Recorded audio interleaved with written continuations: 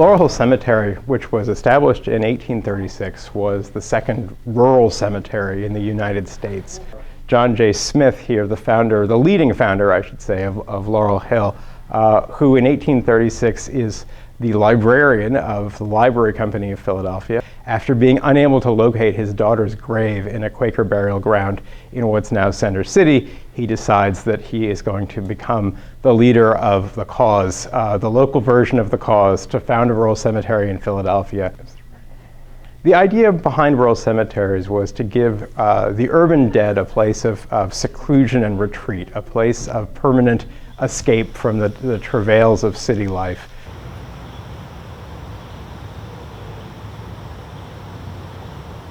And to underscore that this is a place the dead would not be subject to the cruel shovel of the developer who is about to arrive and dig up an old churchyard or an old potter's field.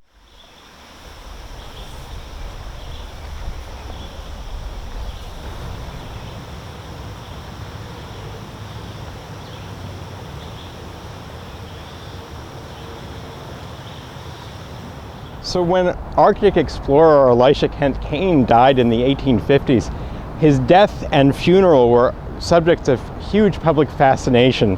As an explorer, Kane was, to the mid-19th century, what an astronaut might have been to the mid-20th century, someone who had gone and explored new places. His descendants chose to bury him in a hillside mausoleum in a very craggy, romantic spot underneath a giant rock that he had supposedly camped out underneath when he would go and ice skate on the Schuylkill in his childhood.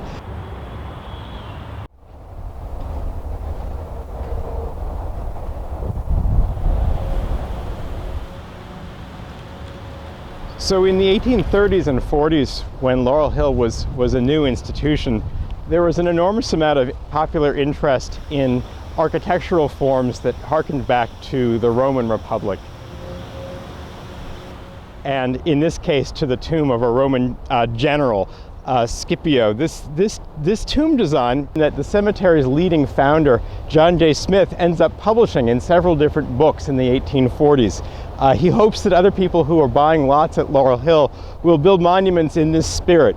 By the mid-1840s, Smith is worried that there are too many obelisks in Laurel Hill. Charles Thompson, whose remains the cemetery was very eager to get hold of in the late 1830s. He had been buried on his estate out in Bryn Mawr, an estate called Harriton.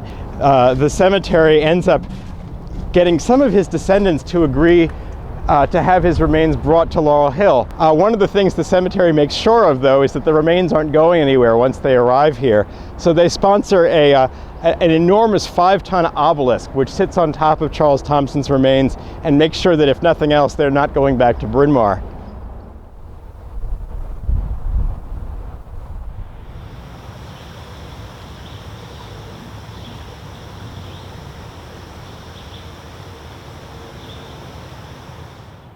In the 19th century, local heroes were often commemorated with tombs whose form somehow suggested what they were famous for. And that idea is really carried through here in the Harry Callis tomb, which also shows a great microphone. That use of sculptural symbolism to announce the life and deeds of a great person is a pure 19th century idea that's made a comeback in the 21st century.